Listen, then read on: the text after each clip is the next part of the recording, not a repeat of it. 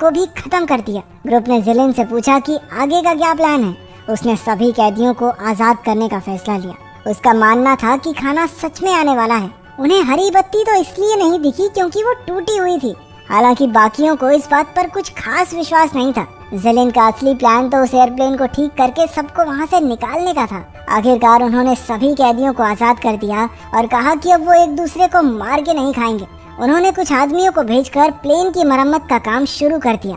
कुछ देर बाद सीपा चिल्लाने लगा कि ऑपरेशन लीडर्स बकवास कर रहे थे और उनके ऊपर नजर रखने के लिए कोई सैटेलाइट वगैरह नहीं है, क्योंकि उसके बनाए इतने बड़े साइन को देखकर भी कोई मदद के लिए नहीं आया। जिलिन आदमियों को एयरप्लेन तक लेकर गया और उसे देखकर सब खुशी से झूमने लगे। उन्होंने उसे डिसेंबल करके एक एक पुर्जा बेस तक पहुंचाया। कुछ देर बाद मार्टा अपने गार्ड्स के साथ वहां पहुंची।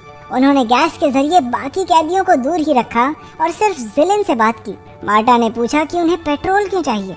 जिलिन ने बहाना लगाते हुए कहा पावर जनरेटर्स के लिए, जबकि असलियत में उन्हें प्लेन उड़ाने के लिए फ्यूल की जरूरत थी। उनकी बातचीत के दौरान जिलिन समझ गया कि इन्होंने उन पर नजर रखने के लिए कोई थर्मल सैटेलाइट नहीं लगा रखी, क्योंकि वो नहीं जानते थे कि टापू पर कितने कैदी जिंदा हैं।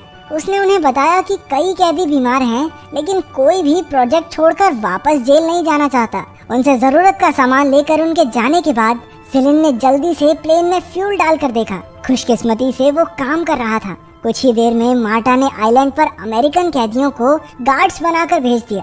जिलिन ने उनके लीडर से हाथ मिलाने की कोशिश की, लेकिन उसने बिना बात जिलिन पर हमला कर दिया।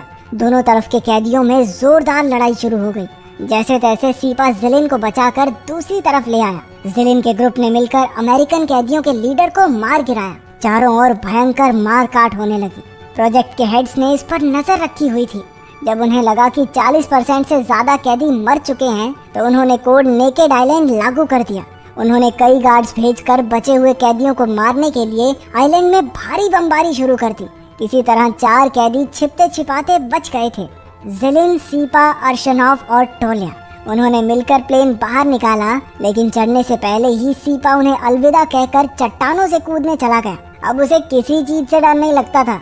बाकी 3 प्लेन में बैठे और जिलिन उसे उड़ाने में कामयाब भी हो गया। तभी गार्ड्स ने जोरदार गोलीबारी शुरू कर दी। जिलिन ने बचने की काफी कोशिश की, लेकिन बदकिस्मती से उसके दोनों साथी इस फायरिंग में मारे गए।